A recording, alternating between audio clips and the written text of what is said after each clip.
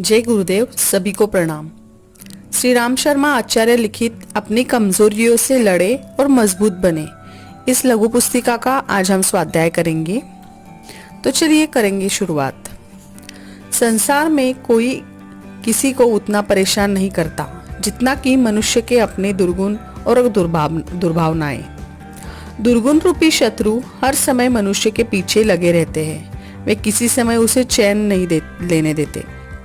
कहावत है कि अपनी अकल और दूसरों की संपत्ति चतुर को चौगनी और मूर्ख को सौगनी दिखाई पड़ती है। संसार में व्याप्त इस भ्रम को महामाया का मोहक जाल ही कहना चाहिए कि हर व्यक्ति अपने को पूर्ण निर्दोष और पूर्ण बुद्धिमान मानता है। न तो उसे अपनी त्रुटियां सूझ पड़ती है और न अपनी समझ में दोष दिखलाई पड़ता है। इस एक ही दुर्बलता ने मानव जाति की प्रगति में इतनी बाधा पहुंचाई है जितनी संसार की समस्त अड़चनों ने मिलकर भी ना पहुंचाई होगी। सृष्टि के सब प्राणियों से अधिक बुद्धिमान माना जाने वाला मनुष्य जब यह सोचता है कि दोष तो दूसरों में ही है, उन्हीं की निंदा करनी है, उन्हें ही सुधारना चाहिए, हम स्वयं तो पूर्ण निर्दोष है, हमें सुधरने की कोई जरूरत नहीं है, इस दृष्टिकोण के कारण अपनी गलतियों का सुधार कर सकना तो दूर, कोई उसे इशारा भी करता है, उस ओर इशारा भी करता है तो हमें अपना अपमान दिखाई पड़ता है। दोष दिखाने वाले को अपना शुभचिंतक मानकर उसका आभार मानने की अपेक्षा मनुष्य जब उल्टे उस पर क्रोध करता है, शत्रुता मानता है और अपना अपमान अनुभव करता है, तो यह कहना चाहिए कि उसे सच्ची प्रगति की ओर चलने के लिए अभी एक पैर उठाना भी उसने नहीं सीखा है। अपने सुखों को बर्बाद कर डालने की जिम्मेदारी मनुष्य पर ही है। उचित प्रयत्नों की बात भुलाकर मनुष्य असुरता की ओर बढ़ रहा है। इसी से वह दुखी है। छुटकारे का उपाय एक ही है कि वह इस पतनोन्मुख दुष्प्रवृत्तियों का परित्याग करे और सदाचारी जीवन जीने में सुख और संतोष अनुभव करे। हमें बाह्य व्यक्ति, पदार्थ और कारण बुरे दिखाई पड़ते हैं, पर यह नहीं सोचता कि हम अपना दृष्टिकोण ही तो कहीं दूषित नहीं कर रहे हैं। आत्मनिरीक्षण इस संसार का सबसे कठिन काम है।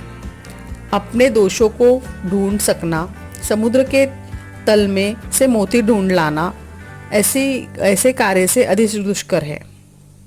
अपने दोषों को स्वीकार कर सकना किसी साहस से ही बन पड़ता है और सुधारने के लिए प्रयत्न तो कोई शूरवीर ही कर सकता है।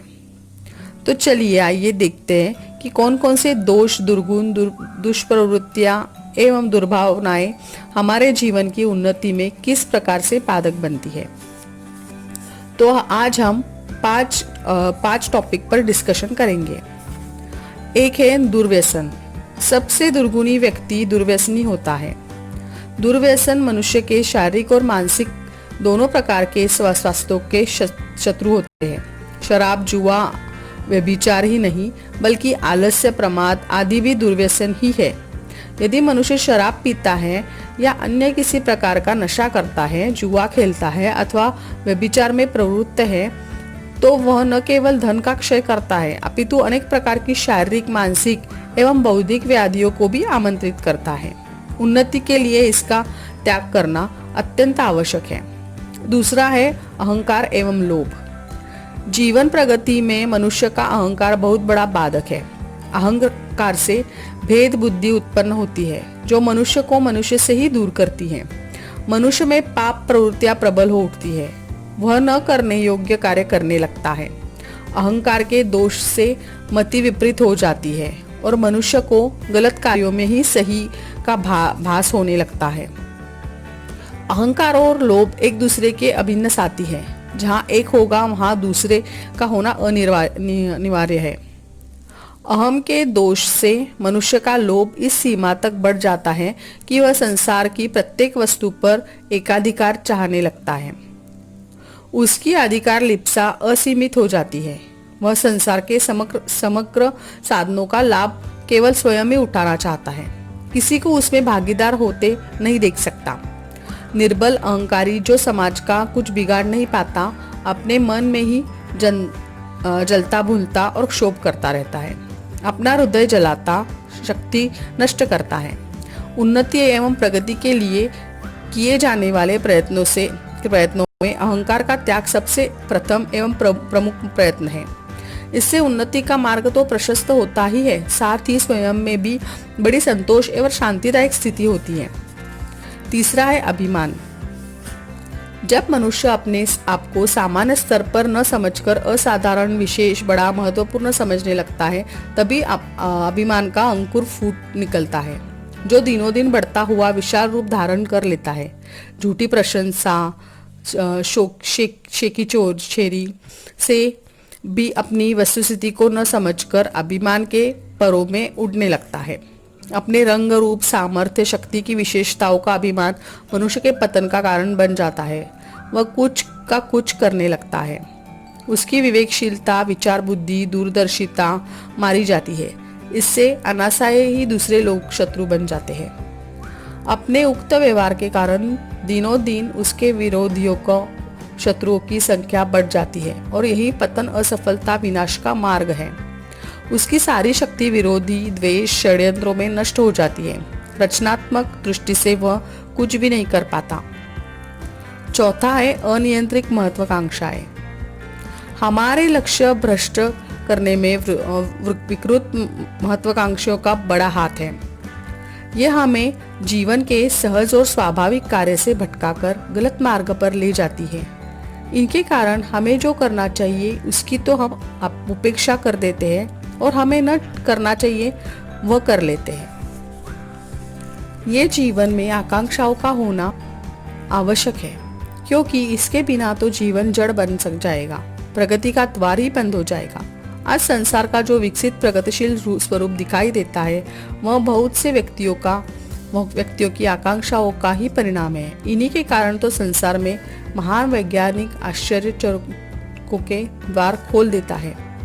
अपनी महत्वाकांक्षाओं के बारे में हमें विवेकपूर्ण बुद्धि से सोचना चाहिए कि वे कितनी यथार्थ और कितनी उपयोगी है।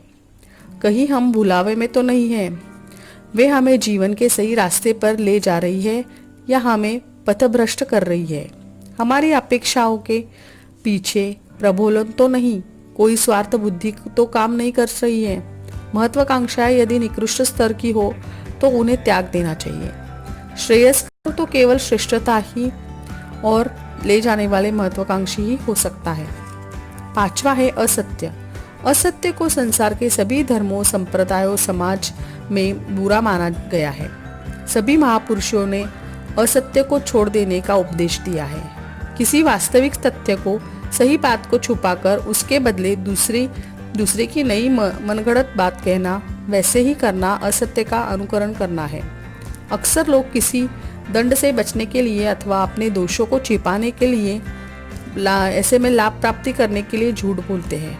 अनुचित रूप से दूसरों को दोष देना एवं निंदा करना भी असत्य भाषण ही माना जाता है। इसी तरह अनाप शनाप बकना, कटुता भरे वचन भी असत्य भाषण के ही रूप है। किसी भी रूप में असत्य भाषण का आधार प्रलोभन, राग, द्वेष, लोभ आदि ही होते हैं। इसका व्यक्ति के जीवन पर भारी प्रभाव पड़ता है। असत्य के त्याग की शिक्षा किसी रूढ़ी परंपरा पर आधारित नहीं है, वरन यह उन वैज्ञानिक सिद्धांतों पर आधारित है कि जिसने असत्य के दुष्प्रभाव की जांच जीवन विशारदों ने की है। तो चलिए इस भाग को मैं यहीं पे विराम देती हूँ।